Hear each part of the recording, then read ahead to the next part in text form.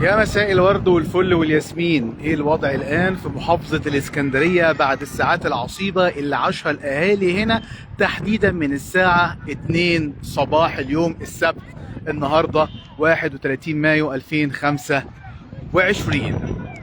ترند الفيسبوك وكل السوشيال ميديا النهارده اسكندريه. ايه اللي حصل في الاسكندريه؟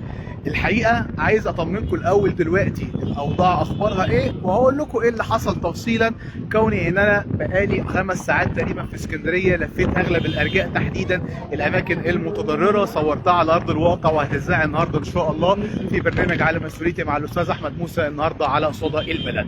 هطمنكم الوضع الان مستقر جدا في محافظه الاسكندريه زي ما انتم شايفين، الشمس ما شاء الله مشرقه، الجو جميل شويه وهبرد، اعتقد بالليل اللي بقى محتاج الواحد جاكيت، بس الجو لطيف جدا جدا. الناس خرجت يعني اهو، اللي قاعد يصطاد، اللي قاعد مع الاحباب، اللي قاعد مع الاهل، اللي قاعد مع الصحاب، كلهم قاعدين. اهلا بحضرتك. الناس قاعده تستمتع، الجو حلو النهارده انا عارف، والدنيا زي الفل. طبعا اسكندريه زي ما قلنا الساعه 1:30 صباحا شهدت اغلب الاماكن فيها، وتحديدا الاماكن المطله على البحر، امطار رعديه، عواصف ثلجيه، رياح قويه. ايه اللي حصل؟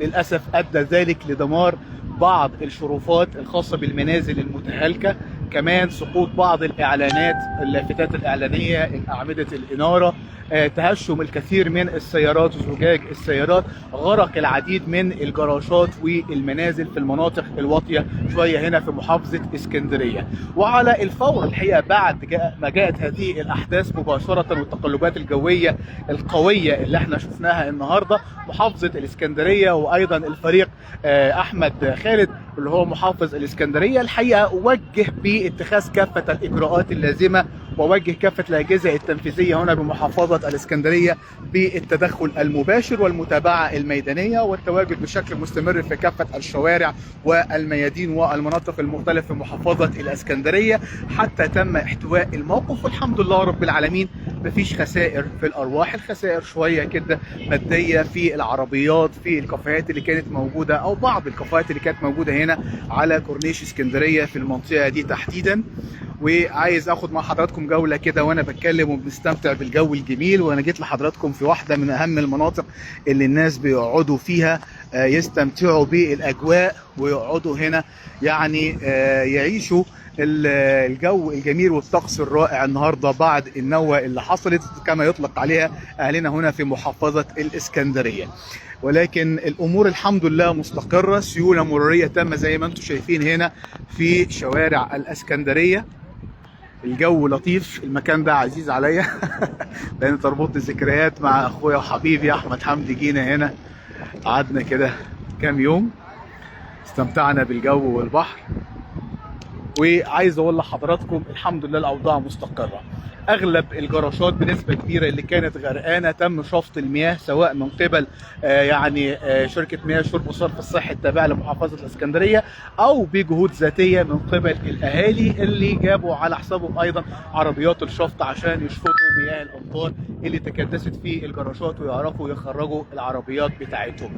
ولكن بفضل المولى عز وجل زي ما سجلت من شويه مع مجموعه من الاهالي بمحافظه اسكندريه، وقالوا رب ضارة نافعة الطقس اللي حصل ده. عشان احكي لكم عفوا روايه سريعه كده، كان اهالي احد الصيادين وانا بسجل معاه من شويه، الموضوع بدا في البحر من الساعه 11، ولكن الناس شعرت بيه في الاماكن المختلفه هنا في محافظه الاسكندريه الساعه 1:30 2، ولكن بدا الساعه 11:30 في اسكندريه لما شافوا كده نوة وشافوا رعد كبير قوي، لدرجه ان احد الصيادين قال لي احنا افتكرنا ان في سفينه بتغرق، فبيطلقوا الفاير ووركس اللي هي الحاجات الناريه ديت اللي بتقول ان في حاجه بتغرق او في سفينه موجوده هناك. ولكن لما الناس تدخلت شافت ان ده تقلبات جويه، وان ده طقس سيء، وان دي عواصف كبيره جدا، لدرجه العواصف اللي احنا كنا بنشوفها في الافلام او في الكرتون اللي هي اللي بتدور ديت وبتعمل كده، ناس شافوها على ارض الواقع على روايه احد شهود العيان اللي قالها لي النهارده،